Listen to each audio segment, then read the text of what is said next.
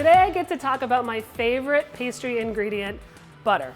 We have a variety of different kinds of butters here, and we're gonna have lots of fun because we're gonna make it ourselves also. The main primary butter is sweet cream butter, which is a butter that's made straight from cow's milk and has nothing else essentially added to it. Our next option would be a salted butter.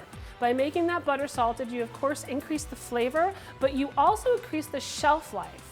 So this way, if I use unsalted butter, I know I'm getting the freshest product possible.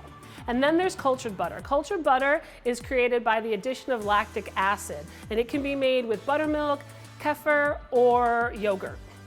European butter is set apart from American butter in that it's always cultured, and it's also a higher fat percentage. So American butter standardly is 80% fat, whereas French butters or European butters are always at least a minimum of 82% fat, and they can be 83 or even a little bit higher in fat. This beautiful yellow butter is an Irish butter. What sets this apart from the others is that the cows graze on actual grass, and that grass is what creates this beautiful yellow. We also have some vegan butters. Here's two examples. This one is basically whipped oil. This one, the larger block, is actually cashews and coconut oil. They don't interchange exactly in pastry baking, but in some ways they can be used really successfully.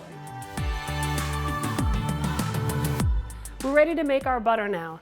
This is some cream that I cultured about 24 hours ago. To culture the cream, I just added about a tablespoon of buttermilk to a quart of cream, of heavy cream, and I let it sit on the counter for 24 hours. So I'm gonna go ahead and transfer this to the bowl of my KitchenAid mixer.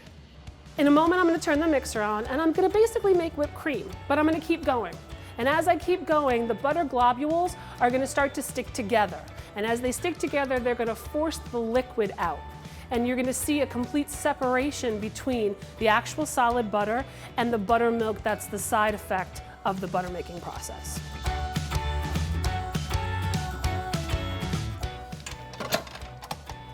Okay, we're getting there. That's our beautiful butter tucked in among the buttermilk that's seeped out. Next, I have a strainer with some cheesecloth and a small bowl, and I'm gonna pour this into there. So there's the buttermilk. I don't wanna squeeze this too much, but I'm gonna give it a little bit of a nudge. Just try to get as much of that buttermilk as I can, but I don't want to squeeze it hard because I don't want to start forcing the butter itself through the cheesecloth. And now we have to wash this butter. And we're going to change this water and wash this butter 2 or 3 times until the water runs clear. So at this stage, my butter is essentially done. This is cultured sweet cream butter. And now I'm going to go ahead and I'm going to add some sea salt to it. I'm gonna give it a little taste for salt. And that's it, my cultured butter's done. One of the things that I love to do with butter is to make a compound butter. The compound butter we're gonna make today is gonna have beautiful butter with it, thyme, lemon, and a little bit of garlic. You can do this in a food processor or a blender or a KitchenAid mixer. And I chill this up and I can cut it into slices if I want to later, or I can also put this in the freezer and it'll last for a couple of months like that as well. Now's the fun part. This is the butter that we made today.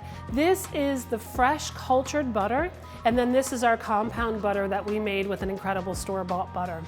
I'm gonna give it a try. First, I'm gonna start with the butter that I made. Do you know how when you grow up and you're an adult, there's certain flavors that you just never find again? Like I grew up and my grandfather grew tomatoes in his garden, and for the rest of my life, tomatoes will never be as good as the tomatoes in his garden. That's what that butter's like. It's what you want bread and butter to taste like. It's so good and it's so worth it. Anywhere where I can serve that butter and let it shine, it's absolutely incredible. And then this one was our compound butter. It's important to do this with good butter because it really becomes the star. So that was our exploration of the basics of butter. It ended on a really high note for me because I got to taste all the delicious things we made today. And I'm sure that once you start to play with butter, you're gonna have just as much fun.